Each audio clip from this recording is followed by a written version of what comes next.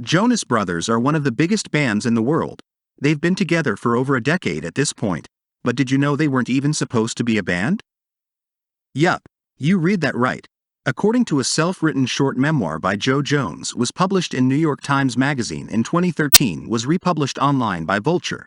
He revealed that at first it was only supposed to be Nick Jonas. He was preparing to be a solo act.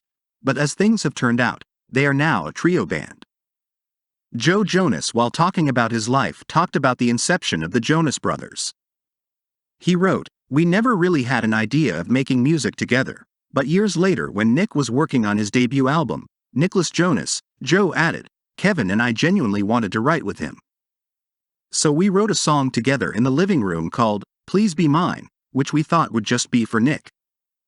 But that all changed when their dad heard them playing the music together, and suggested they play for David Massey, who was A&R-ing Nick's project at the time.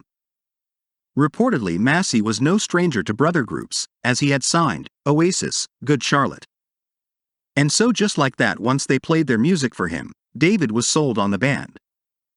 The middle Jonas admits that Nick had to make some huge decisions, saying, he had to make all these big decisions about whether he wanted to be in a band or work solo or work with his brothers. But luckily for them, Nick liked the idea.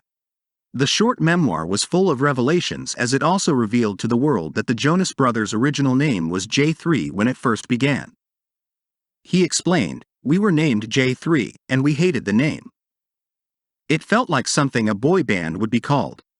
Jonas reveals he looked at his brothers before the start of their first ever show and asked, do you want our name to be J3 for the rest of our lives?